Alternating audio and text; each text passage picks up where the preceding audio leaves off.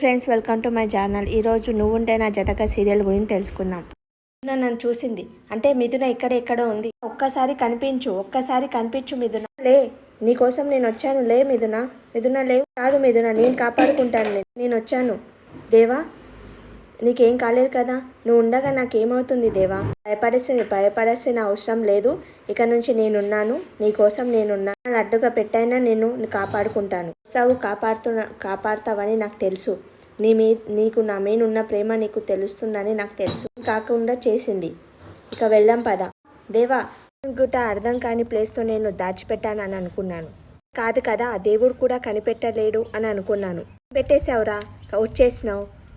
కానీ నువ్వు కనిపెట్టినంత తేలిక కాదు మిథునని తీసుకొని వెళ్ళిపోవడానికి. నీకు ఇష్టం లేదు కాబట్టి, మిథున నీ జీవితం నుంచి వెళ్ళిపోవాలనుకుంటున్నావు కాబట్టి. నాకు అర్థమైందిరా, నీకు ఏదో వైపు మిథున మీద ప్రేమ స్టార్ట్ అయిందని నాకు అర్థమైంది. కానీ ఆ ప్రేమని చంపేస్తాను. మిథున నాకే సొంతం. నేను మాత్రమే ప్రేమించాను. నేను కాక ఎవరన్నా ప్రేమిస్తే వాళ్ళని తుఫాన్ లాగా ఎలా చెట్లని తీసుకపోతుందో నేను గిట్ట అలానే చేస్తాను. దేవా, నువ్వు వెతుకుంటొచ్చింది మిథునని కాదురా, చావుని వెతుకుంటొచ్చావు. హ్యాపీ జర్నీ రా.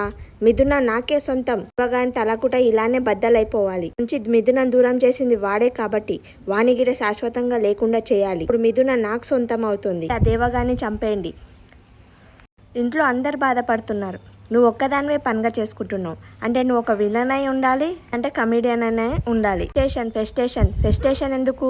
నేను ఇంట్లో పనమ్మాని, కానీ పేరుకే పనమ్మాని, కానీ నేను ఇంట్లో సొంత మనిషిలాగా ఉంటాను. వాళ్ళని చూసి నేర్చుకో, వీళ్ళని చూసి నేర్చుకో అని నాకు కోపం వస్తుంది. అందుకే ఈ ఫెస్టేషన్ కోసం రాకుండా ఉండాల్సింది కదా. ఏం మాట్లాడుతున్నావు? నువ్వు ఇంత పెద్ద ప్రమాదంలో ఉన్నందుకు నిన్ను కాపాడకుండా ఎలా ఉంటాను? ఏమన్నా అయితే నేను తట్టుకొని బతకగలనా? అయితే నీకేమన్నా అయితే నేను బతకగలనా? మనకు ఎంత ఇష్టపడుతున్నారో వాళ్ళ కన్నీటి లోపల తెలుస్తుంది అని అంటారు. నువ్వు నన్ను ఎంత ప్రేమిస్తున్నావో నాకు తెలుస్తుంది. నేను ఎంత ఆనందపడాలో నాకు కాపాడడం నా బాధ్యత. నేను క్షేమంగా ఇంటికి తీసుకెళ్తాను. ఆమెను తీసుకొని వెళ్తావారా? నీకు భయ్యా, ఏం చేయకండి, అతను ఏం చేయకండి, చేసే నన్ను చంపేదే నీకోసం. నిన్ను చంపేసి వాడిని ఎట్లా వదిలేస్తాం? ఆయనను ఏం చేయకండి ప్లీజ్. నన్ను ఏమైనా చేయండి, కానీ తను క్షేమంగా ఉండాలి. నీకోసం ఎముడు వెయిట్ చేస్తున్నారా? ప్లీజ్ భయ్యా, ప్లీజ్ ఏం చేయొద్దు ప్లీజ్. ఏమవుతుందో అని చాలా భయపడ్డాను దేవా. Thank you madam, thank you so much. మీకోసం అందరు వెయిట్ చేస్తున్నారు. వెళ్దాం పద.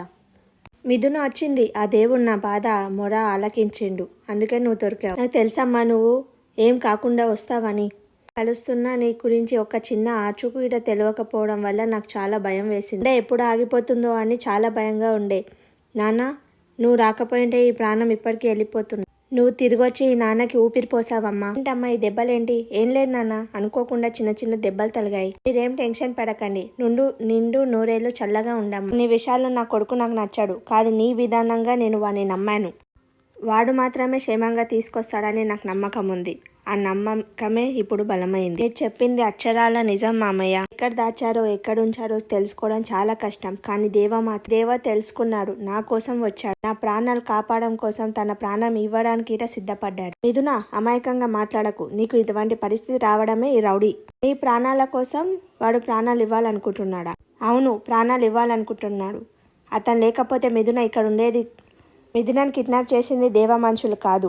మిథున కిడ్నాప్ చేసిన మనిషి అంతు చిక్కకుండా ఉన్నాడు. ఏదో కారణం ఉంది. కానీ మిథున క్షేమంగా ఇంటికి తిరిగి రావడం కారణం మాత్రం దేవ. సంస్కారం ఉంటే థ్యాంక్స్ చెప్పండి, లేదంటే సైలెంట్ గా ఉండండి. కానీ ఈ విధంగా మీరు దేవ, నేను చాలా డేంజర్లో ఇరికిపోతే మేడం వచ్చి సేవ్ చేశారు. థ్యాంక్స్ హెచ్ఐ గారు. థ్యాంక్స్ నాకు కాదు సార్, దేవకు చెప్పండి.